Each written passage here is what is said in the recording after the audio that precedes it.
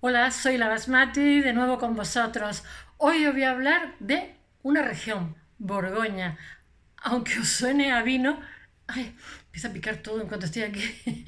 Aunque os suene a vino, es un lugar, yo creo que mal conocido por la gente que desconoce un poco la historia, que somos la gran mayoría, yo la primera.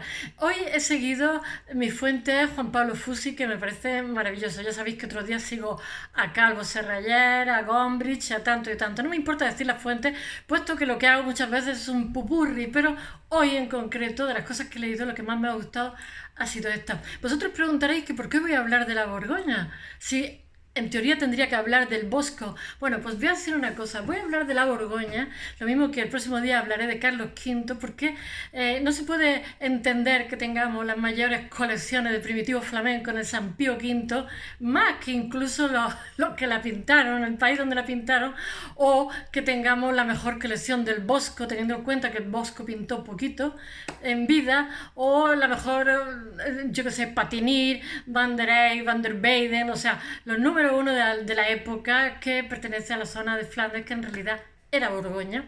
Y como bueno, eso no se tiene por qué saber, voy a hacer un programita dedicado solamente al Borgoña y veréis lo interesante que es. Y mañana os hablaré, ay, no sé cómo se llama. Miquel Barceló, por favor, ¿cómo se me puede olvidar si tengo hasta todo redactado? Me encanta Miquel Barceló y os va a gustar también muchísimo. También, como todos los artistas, tiene luces y sombras, pero bueno, hoy, ay, se me engancha el pelo, se me engancha todo. Hoy voy a hablaros de la Borgoña. Antes de hablaros de la Borgoña, aclararos qué es lo que pasa en España en ese momento, cuál es el contexto complejo y gigantesco de millones de metros cuadrados que tenemos por todos sitios. Os voy a hablar un poquito del contexto de un Carlos V que es el que me ocupa ahora mismo esta ubicación espacio-temporal, que tiene que contener. Carlos V es una persona muy inteligente, quizás de todos los emperadores para mí el más inteligente, lo mismo que Felipe González, iba a decir yo, Felipe II dejó un desastre de país porque era un fanático. Sin embargo, Carlos V fue una persona muy, muy inteligente y se tuvo que enfrentar, o sea, tuvo que contener a los turcos, a la expansión turca de Suleimán el Magnífico, que realmente es Salomón, son nombres traducidos, Machos, Moisés, Suleimán, Salomón. Compartimos con ellos muchas cosas, muchas tradiciones. Tuvo que contenerlos en el Danubio, porque hay que tener en cuenta que los turcos llegan hasta las puertas de la capital de Viena. De hecho, esas tradiciones que hay en Viena de café, etcétera, tienen mucho que ver con ellos. He de deciros que tiene la batalla de Pavía, después se enfrenta también, no sé si en 1917, con el cisma, o sea, con la fragmentación moral e institucional de la Iglesia a partir de lo que pone Lutero en la puerta de la Catedral de Wittenberg.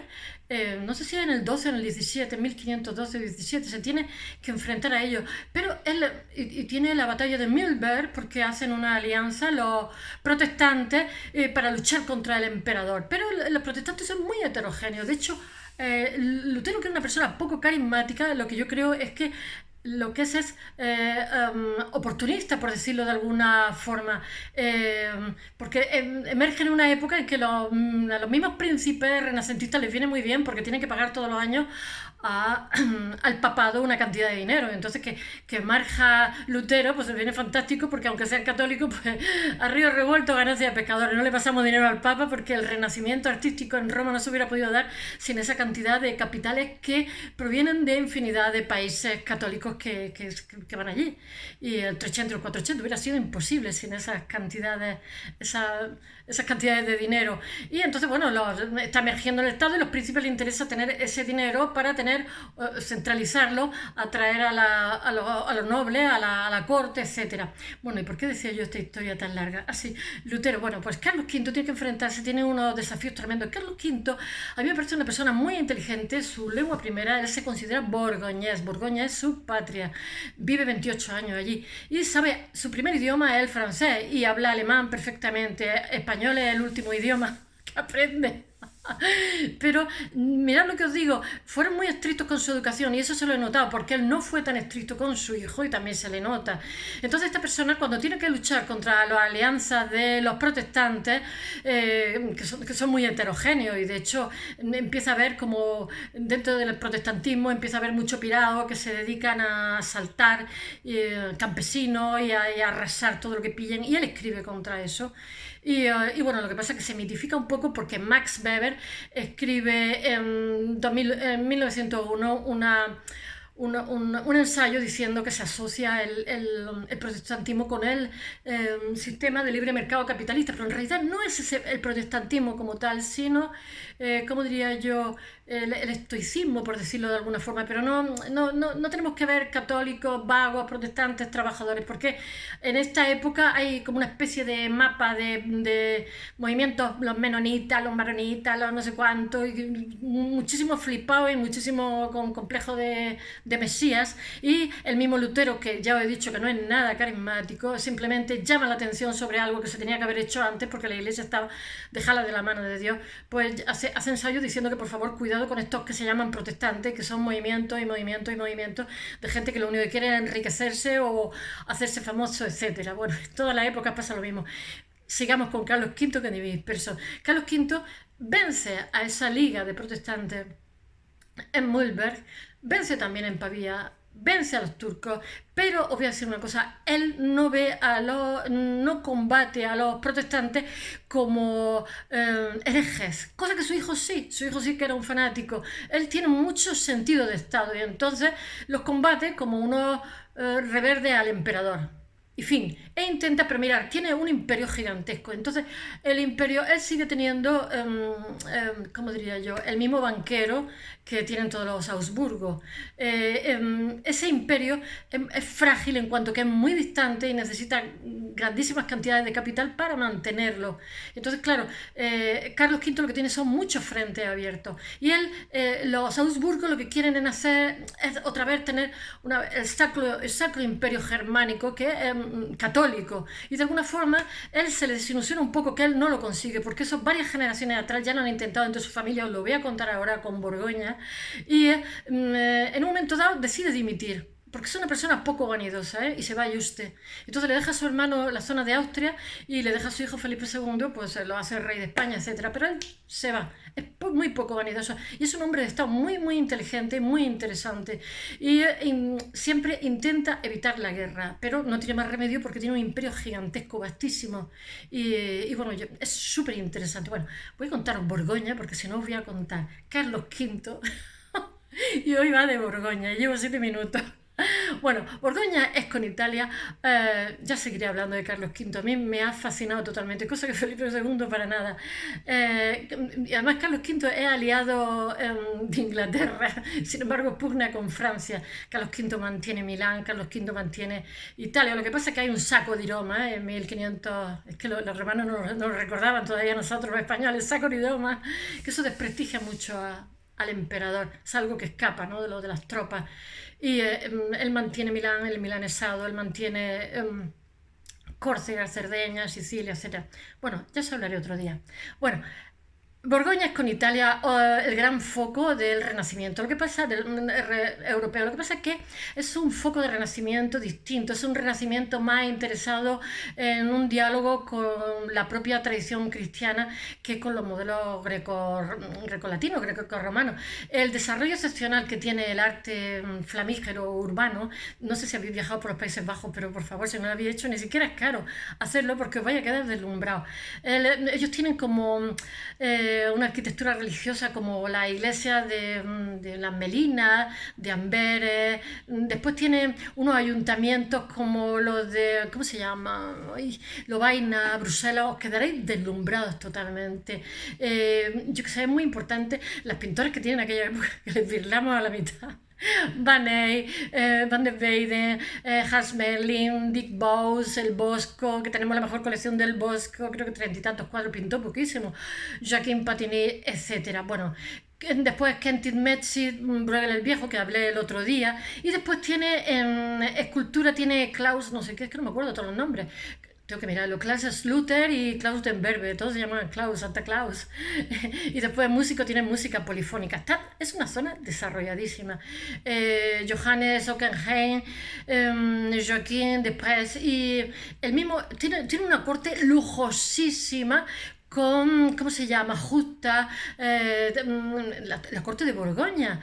Pero es que voy a decir una cosa, los duques de Borgoña se implican mucho en sus ducados, inversiones, de todo. Son muy modernos para ellos.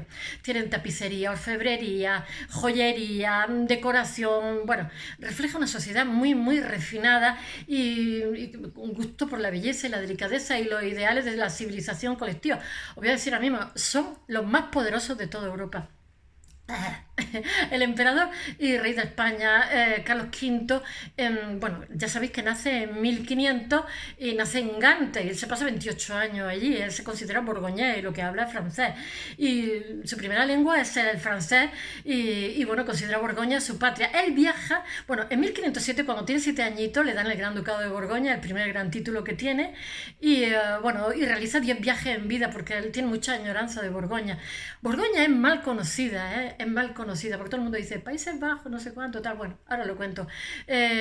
Bueno, realiza viajes a los Países Bajos, la futura Bélgica, Holanda y Flandes, que realmente están integradas en la Borgoña a partir de 1384, porque realmente los duques de Borgoña son Valois, son de la familia real francesa, ahora lo contaré. Y vive allí 28 años, como he dicho, de sus 58, que son los que vive, pero él realmente dimite antes, está cansado y se va. Y usted. Felipe II recorre Borgoña entre el año, es que no me acuerdo de todos los años, el 49 y 51, porque su padre lo hace gobernador de esos territorios en 1555, antes de ser rey de España, porque esa zona es una zona muy poderosa. Y bueno, Felipe II se trae, cuando va a ser rey de España, cuando su padre dimite, 220 pinturas de los mejores, en las cuales flamencas, en las cuales hay Van der Weyden, Patinir, 33 de Jerónimos Bosch, bueno, se trae todo lo que pille y más, y lo ponen en los coreanos. Bueno, la dimensión de la Borgoña flamenca se ve en los primeros Austrias españoles, es que es más que evidente.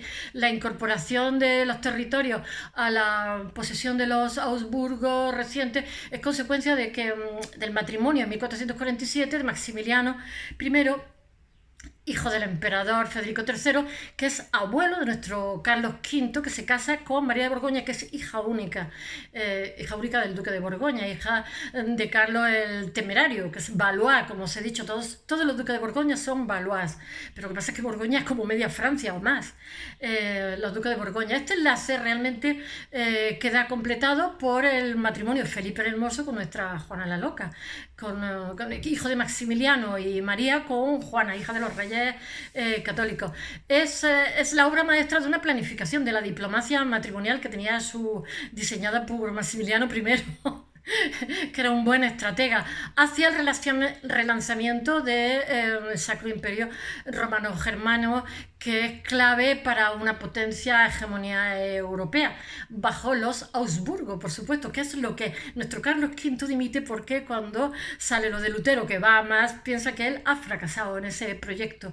Y bueno, la integración de Borgoña en el imperio aún no está completa, porque resulta que cuando muere Carlos el Temerario, Francia les roba la Boulogne, la Picardie, Neves, Carolais y parte de la provincia francesa de la Borgoña, que es suya. Aprovecha que se ha muerto, Francia está todo el rato hostigándolo, porque esta gente son como un cuño de Francia que va desde Flandes hasta tiene parte de Suiza, Alemania y después Austria, que Austria eran los Países Altos, estaban los Países Bajos y los Países Altos, la región originaria de todo el ducado que pasan a Francia, que se los roban. El estado borgoñón está fundado por Felipe II el Atrevido, que es un Valois, es un estado heterogéneo geográficamente, porque tiene, ya os he dicho, que pilla el Palatinado alemán, etc.